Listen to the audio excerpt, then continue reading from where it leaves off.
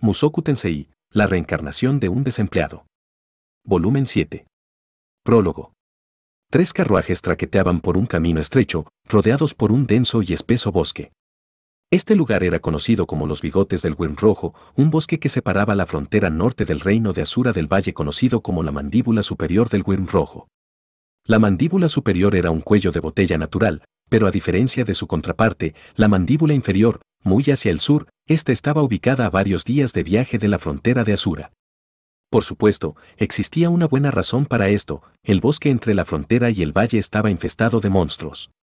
Hace muchos años, el reino de Asura construyó una muralla hacia el sur para evitar que estas criaturas ingresen en su territorio, una medida que redujo dramáticamente sus gastos en exterminaciones de monstruos. Dejado de lado completamente, el bosque continuó siendo el hogar de monstruos peligrosos, como también de bandidos y criminales que habían huido del territorio de Asura. Pocos eran quienes se arriesgaban a un viaje a través de él. Aún así, algunos comerciantes tercos se aventuraban hacia los territorios del norte y regresaban en busca de ganancias. El líder de esta pequeña caravana era uno de tales hombres. Él era un comerciante llamado Bruno, uno prometedor que se había hecho un nombre durante el último año y que acababa de unirse a una gran compañía de comercio de Asura. La tarea actual de Bruno era llevar 2 carruajes llenos de bienes desde el reino de Asura hacia los territorios del norte. Este era un cargamento valioso y de gran tamaño. Perderlo significaría el fin de su carrera y posiblemente de su vida. Había una gran probabilidad de que tuviera que enfrentar ataques de monstruos, bandidos o ambos. Antes de unirse a su actual compañía, Bruno había sido un simple comerciante ambulante que no le rendía cuentas a nadie más que a sí mismo. En aquellos días, él había dependido de su propia espada e instintos para proteger su cargamento. Pero ahora que había ascendido, él estaba enfrentando peligros más grandes y consecuencias mucho más serias en caso de fallar. Él ya no podía hacerlo todo solo. Afortunadamente, él podía costear los servicios de guardias profesionales. El tercer carruaje de la caravana de Bruno estaba siendo utilizado por un grupo de aventureros que él había contratado para defenderlos, además de algunos pasajeros. Los guardias eran los 5 miembros del grupo de rango B Flecha Afilada, el cual había estado activo en el reino de Asura ya por algún tiempo. Los pasajeros eran 3, 2 espadachines en entrenamiento dirigiéndose hacia el norte para pulir sus habilidades, y un joven mago sombrío usando una túnica gris. Si bien ellos no eran técnicamente guardias, Bruno esperaba que lucharan para defender la caravana si fuera necesario, dado que sus vidas estarían en juego. Por cierto, el joven mago sombrío se llamaba Rudeus Greydat. En ese momento, él estaba en la parte trasera del carruaje traqueteante, mirando hacia el cielo inexpresivamente. Él tenía los ojos de un pescado muerto y su boca estaba entreabierta. Además, estaba sentado de tal forma que parecía estar desplomado contra la pared. El niño estaba totalmente deprimido. No había nada más que vacío en su interior. Cuando mirabas hacia su miserable rostro, casi podías escuchar sus pensamientos siendo expresados. Nada tiene sentido. ¿Cuál es el punto de seguir con vida? ¿Por qué nos estamos esforzando tanto? No lo sé. Lo único que sé es que estoy vacío por dentro. No soy nada. No he conseguido nada. Soy el corazón del espacio. El niño dejó salir un suspiro débil y carente de vida. Gracias a su presencia, el carruaje estaba tan animado como una morgue. Últimamente has estado suspirando mucho, niño, dijo uno de sus compañeros pasajeros. ¿Cuál es el problema? La mujer que había hablado, una integrante del grupo de rango B Flecha Afilada, tenía la piel morena con el cabello lleno de pequeñas trenzas y atadas en un moño.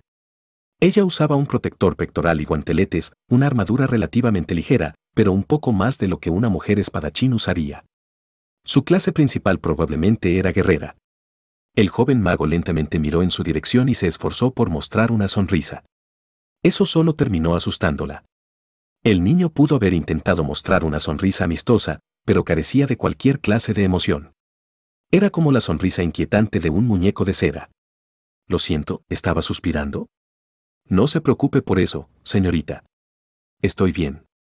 Él había hablado con fuerza y enérgicamente, pero sus ojos todavía se veían carentes de vida y su expresión seguía triste. Era evidente que él quería estar solo.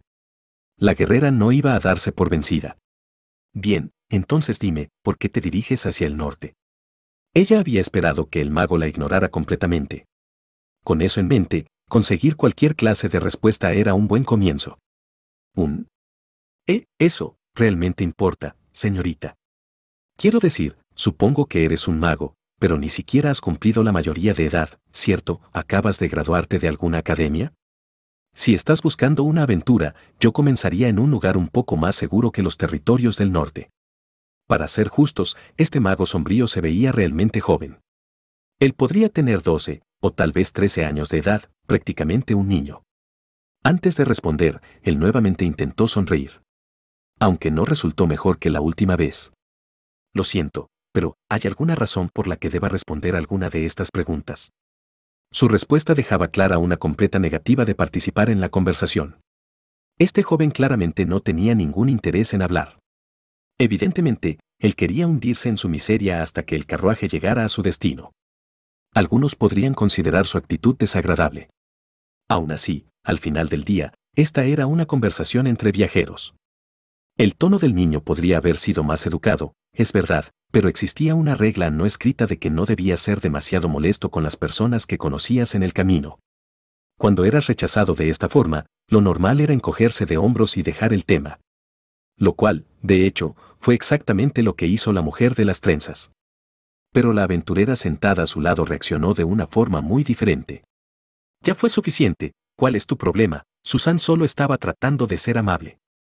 Por alguna razón, la chica estaba mirando furiosamente hacia Rudeus. A primera vista, ella se veía del tipo de voluntad fuerte, tenía el cabello rubio y su equipo era ligero como el de una mujer espadachín, pero no tenía una espada.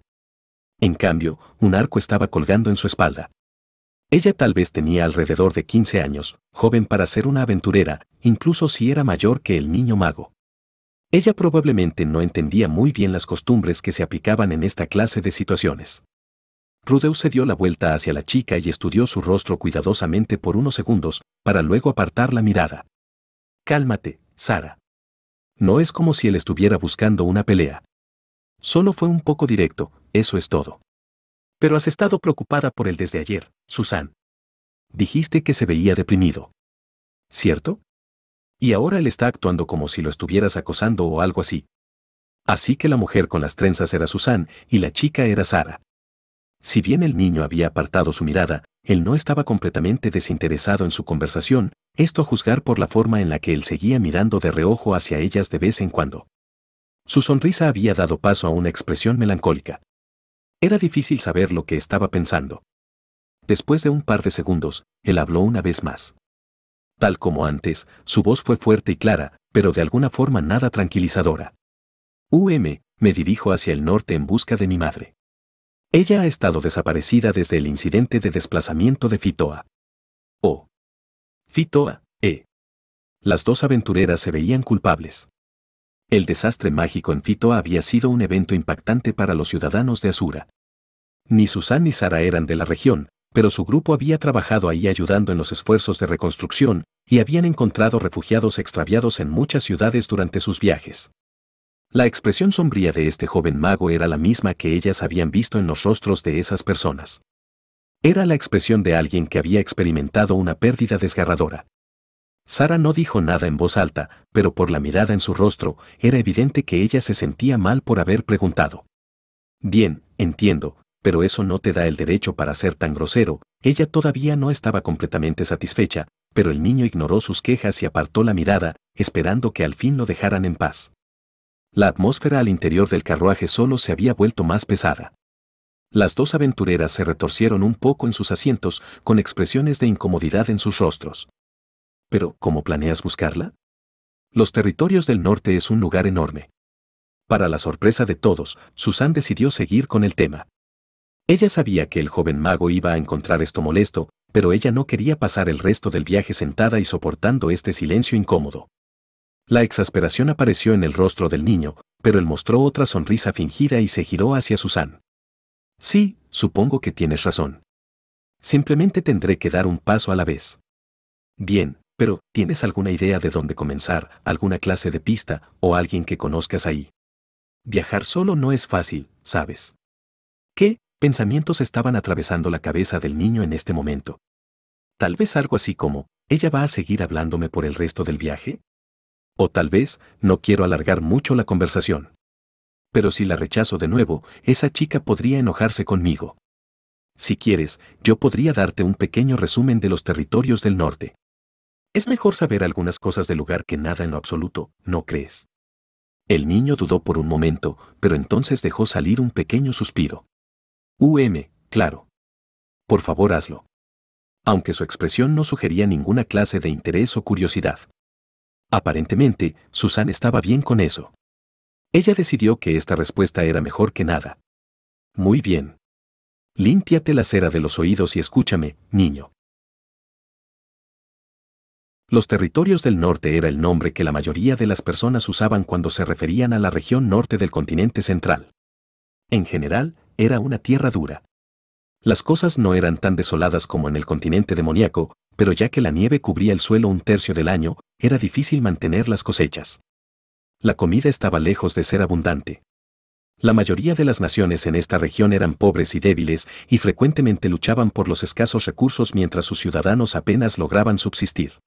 Además, había muchos monstruos, y la mayor parte de ellos eran mucho más fuertes que los encontrados en el reino de Asura. Esto atraía a guerreros en entrenamiento y aventureros veteranos, pero eso no era suficiente para hacer prosperar la región. Sin embargo, había un puñado de países que lograron prosperar incluso en este ambiente difícil.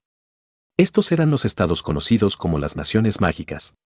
El reino de Ranoa, conocido por sus instituciones del estudio de la magia. El ducado de Neris, conocido por su manufactura de implementos mágicos.